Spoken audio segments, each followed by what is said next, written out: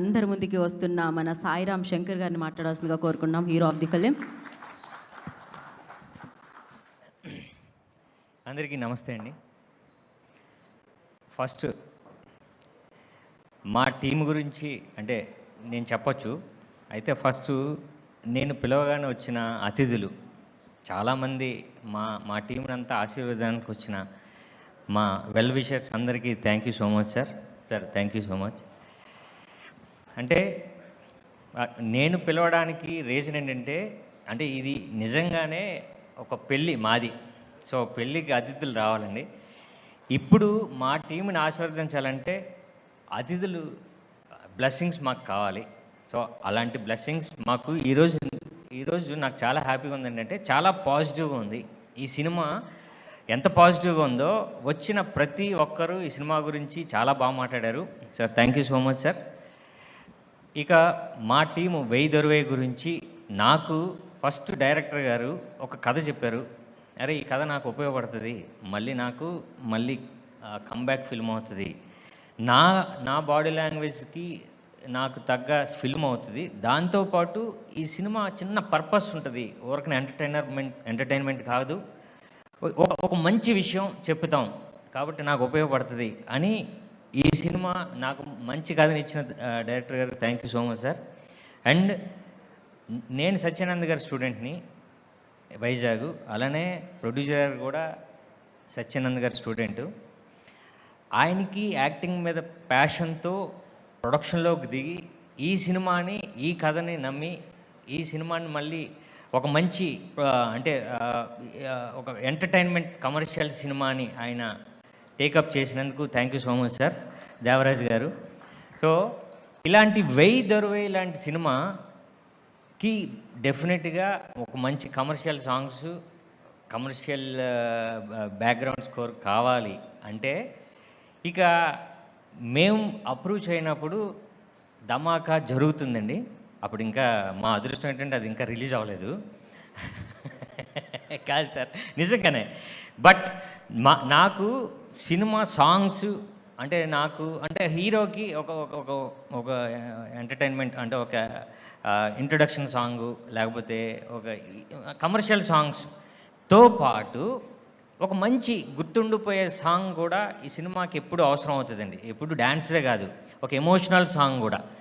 అంటే ప్యాక్డ్గా ఉండే ఈ సినిమాకి మా సినిమాకి ఒక మ్యూజిక్ అందించడం, ప్లస్ బ్యాక్గ్రౌండ్ స్కోర్లో నేను అన్నాను ఆయనతో, సార్ అంటే సీన్ని ఎలివేట్ చేయడం ఓకే, బట్ అక్కడ ఉన్న క్యారెక్టర్ని ఎలివేట్ చేశారు, అది నాకు చాలా హ్యాపీ అయింది సినిమాలో. సో ఎవ్రీ మినిట్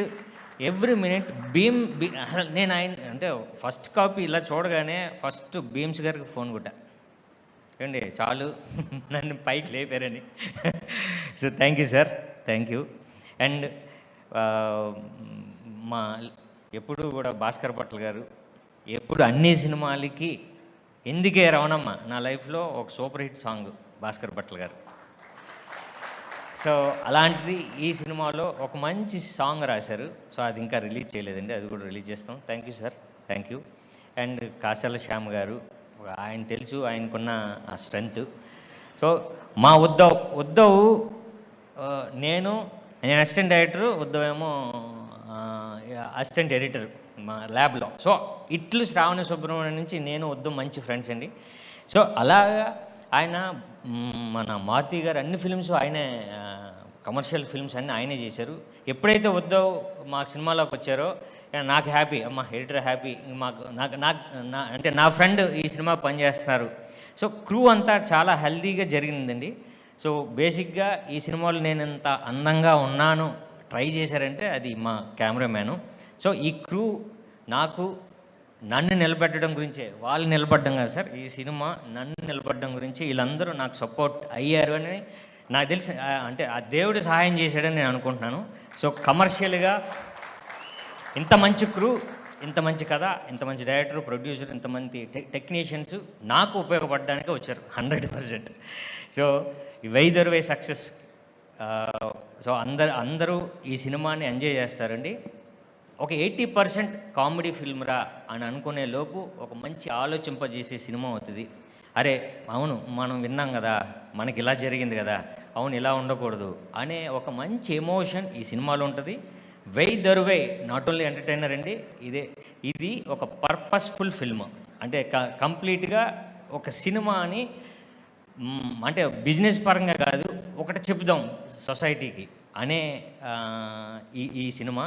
సో లాస్ట్లో ఒక వర్డ్ మా నారాయణమూర్తి గారి నుంచి నేను ఒక వర్డ్ చెప్తాను సార్. సార్ మేమందరం కూడా సినిమా మీదే బతుకుతాం, అందరం కూడా సినిమా మీదే బతుకుతాం. బట్ కొన్ని సినిమాలు, ఒక సినిమా కొందరి వల్ల బతుకుతుంది. అందులో ఒకరు నారాయణమూర్తి గారు. ఆ నిలబడే సినిమా, సమాజం గురించి చెప్పే ఒక సినిమా బతుకుతుందంటే నారాయణమూర్తి గారు. Sir thank you so much. అంటే మీరు ఎక్కువ అది ఇష్టపడరు, బట్ మీ గురించి ఈ సందర్భం వచ్చినప్పుడు చెప్పాలి కాబట్టి ఒక సినిమా నిలబడుతుందంటే అది మీ వల్ల. Thank you so much sir. So మమ్మల్ని ఆశీర్వదించుకొచ్చిన అందరినీ ధన్యవాదాలండి. March 15th అంటే ఒక 3 daysలో ఈ సినిమా రిలీజ్ అవ్వబోతుంది. సో మీరు డెఫినెట్గా ఎంజాయ్ చేస్తారు. ఫిక్ర్ మత్ కరో, ఈ సినిమా డెఫినెట్గా మిమ్మల్ని డిసప్పాయింట్ చేయదు. Thank you so much. So thank you so much. నేను కూడా చెప్దాం అనుకున్నా, ఫికర్ మత్ కరో, మళ్ళీ సక్సెస్ మీట్లో కలుద్దాం. So thank you Sairam Shankar garu, all the very best. And yes, మరి ఆలస్యం చేయకుండా ఇవాళ ముఖ్య అతిథి